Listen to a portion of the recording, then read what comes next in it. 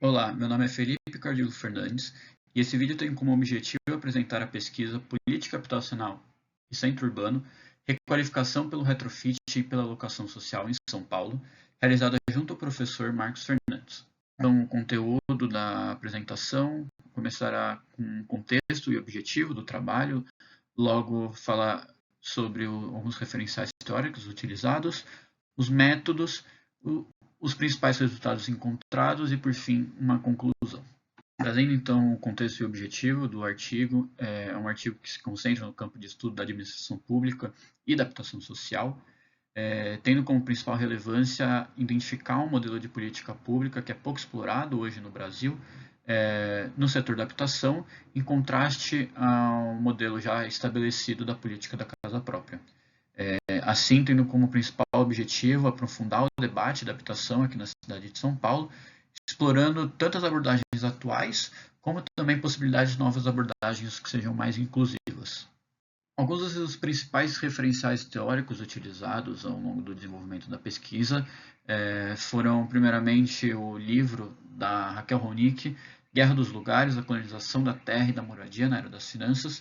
que traz como principal foco a financiarização da política habitacional por conta de uma maior participação e força do mercado financeiro e imobiliário na produção das cidades. O segundo foi o artigo da professora da FGV e AESP, a Marta Ferreira Santos Fará, no artigo Parcerias, Novos Arranjos Institucionais e Políticas Públicas no Nível Local de Governo, onde é feita a discussão da transformação da gestão pública a partir de uma maior participação de atores não estatais, como organizações da sociedade civil e o mercado privado no processo de governança pública, na intenção de ampliar a capacidade de ação e inovação das políticas por meio da descentralização da administração. E por último, o artigo da Daniela Dias e Juliana Santos, um estudo acerca do aluguel social como instrumento de acesso ao direito à moradia digna diante do déficit habitacional no Brasil, onde as autoras fazem a defesa do aluguel social como a política alternativa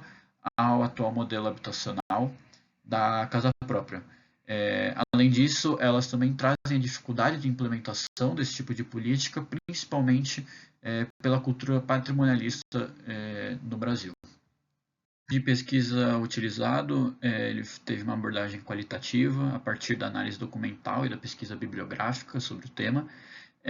tendo como principal objetivo fazer uma descrição do fenômeno e logo destrinchar algumas possíveis abordagens.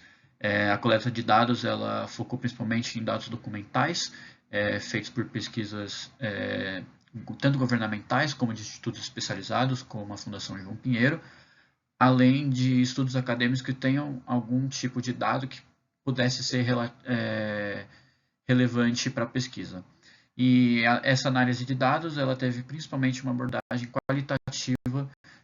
dos dados encontrados. Os principais resultados encontrados na pesquisa podem se dividir em três pontos principais. O primeiro seria com relação ao centro de São Paulo, identificando que ele ainda concentra uma grande contingente de empregos e serviços da cidade, mesmo tendo tido uma relevante queda populacional nas últimas décadas. Então, o que gerou um relativo aumento no número de imóveis vazios, apesar do centro ainda manter a sua relevância dentro da produção urbana da cidade. Indo em paralelo, a gente tem a questão do retrofit, que é possível identificar o retrofit como uma estratégia complementar às políticas habitacionais a partir da reforma e da adaptação dos prédios antigos. Ou seja, tendo em vista a grande contingente de imóveis vazios na região, essa técnica ela pode ajudar a revitalizar esses prédios ociosos na região e transformá-los em habitação de interesse social. E como já trazido anteriormente, um pouco sobre a financiarização da política habitacional, foi identificado que o modelo de aquisição da casa própria ele se concentra como a principal política habitacional, não só em São Paulo, como no Brasil também. Assim, ele passou a ser não só uma política habitacional, como também uma forma de fomento de setores da economia, como a engenharia civil, por meio dos governos ao longo dos últimos anos. Em conclusão, o artigo identifica o centro da cidade de São Paulo ainda como uma região de grande relevância e o aluguel social atrelado ao retrofit como uma prática viável para o enfrentamento do déficit na cidade. E uma das principais contribuições é justamente a exposição de dados que reforçam a possibilidade de abordagem de novos modelos na área da política habitacional, principalmente com políticas complementares. E trazendo também alguns possíveis futuros estudos atrelados a essa pesquisa, a primeira sugestão seria um comparativo entre a produção habitacional no centro e a sensação de melhoria na qualidade de vida e bem-estar social por parte da população, e como o retrofit pode ser uma ferramenta para a produção de cidades mais inteligentes e sustentáveis. Realmente, alguns agradecimentos a pessoas que foram super importantes durante esse projeto, primeiramente o orientador, professor Marcos Fernandes, aos meus pais, Maureen e Ricardo, e também alguns amigos, a Maria Vitória, a Helena, o Henrique, o Nicolas e a Lara. Muito obrigado.